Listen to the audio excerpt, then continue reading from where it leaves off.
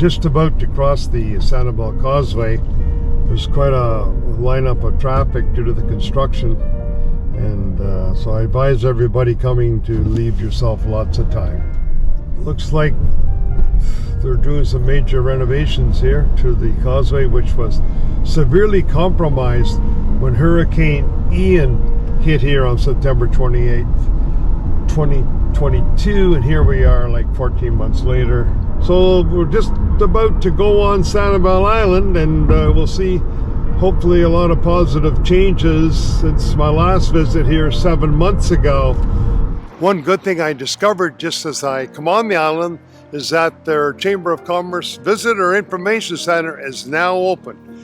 It has limited hours from 9:30 a.m. to 2 p.m. It's been open since May, so you can come here now again and get information. I'm at Lighthouse Beach on Sanibel Island, and standing behind me is the iconic Sanibel Lighthouse, which survived Hurricane Ian's wrath on September the 28th and has stood standing as a symbol of resilience for the residents of Sanibel Island. It lost a leg, but it's been put back on, refurbished, and the lighthouse stands so proudly here today. I'm at the Sanibel Lighthouse Beach Park, out on the beach, and we can see there's a few hundred people here today at this Lighthouse Beach Park, which reopened after the end of April. It was closed several months, but now it's reopened, so it's good, so good to see all the beachgoers back here at the Lighthouse Beach Park. There are hundreds of these vacation homes on Sanibel Island that are under reconstruction, severely damaged the night of the hurricane. Nobody's in them yet. So there's very little accommodation on Sanibel Island till we get these vacation homes up and running. Here's another vacation home under reconstruction. I'm at the Seahorse Shopping Center on Winkle Way, and I can see several shops here have opened.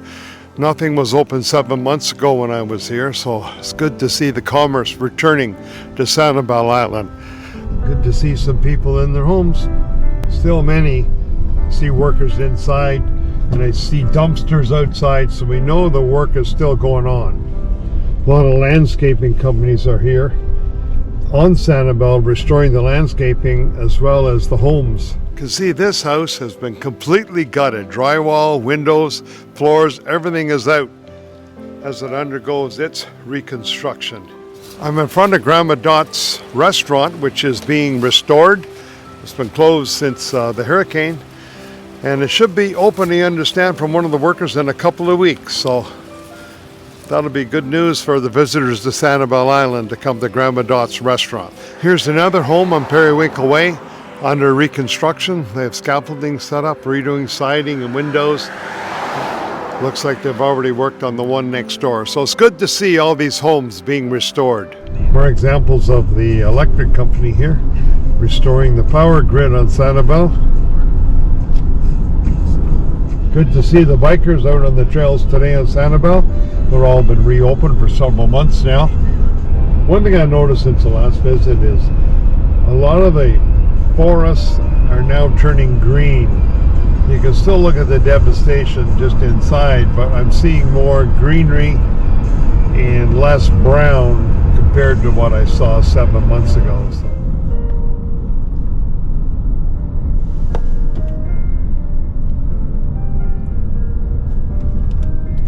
I'm at the far west end of Sanibel Island, and it's amazing to see all these homes that were ruined, smacked up, have been demolished and removed. And right across the road here, there was huge dump of debris and homes, and it's all been removed. So they've made a lot of progress over here on Sanibel Island, removing damaged homes and other debris. As I drive down West Gulf Drive, it's quite obvious that we got a lot of reconstruction going on, and I'd say they're another year at least away from getting these vacation homes back up and running. The tennis courts lay idle, along with the accompanying vacation condos and vacation homes. I wouldn't want to estimate how many construction workers are over on Sanibel Island, There's hundreds and hundreds and hundreds of them, maybe in the 1,000 or two. Every home I go by, there's worker. Here's a good warning posted at Tarpon Bay Beach about the potential buried debris from Hurricane Ian, just to be cautious when you're walking in the sand at these beaches. This condominium complex, vacation stay place, is certainly under renovation. There's nobody here, just like hundreds of other empty ones, but I can see since last year they replaced all the windows, starting to replace the patio doors. So again, hopefully in the coming months, this vacation home, these condominiums will be open. The Dairy Queen still remains closed over in Sanibel Island, so if you want an ice cream cone, you'll have to find another place. It's been closed since the hurricane hit. And I see the properties for sale. The Lazy Flamingo, great seafood restaurant, still closed, and it's been closed since the hurricane. Don't see much going on there. Maybe it's going to stay closed. Leaving Sanibel Island is a bit of an issue as well. It's around 4 o'clock and a lot of the workers are starting to head back to Fort Myers, Cape Coral. So as I leave Sanibel Island this afternoon, almost 14 months after Hurricane Ian severely devastated this island, I leave with much more hope. I've seen so many positive changes since I was here 7 months ago. So much debris has been removed. Ruined structures have been demolished and taken away. There's more businesses open. The beaches are all open. And I see all the vacation homes and resorts, condominiums are under restoration. And that's also the challenge for Sanibel because it's such a vacation hotspot. There's very few places for tourists to stay. But I'm sure over the next year we're going to have more of these resorts, condos, vacation homes open. So I'm sure a lot of the tourists to our area just come over for the day. And that's a challenge in itself with the time. It took me about an hour to cross the causeway this morning, and probably a little less than that going home, maybe half an hour.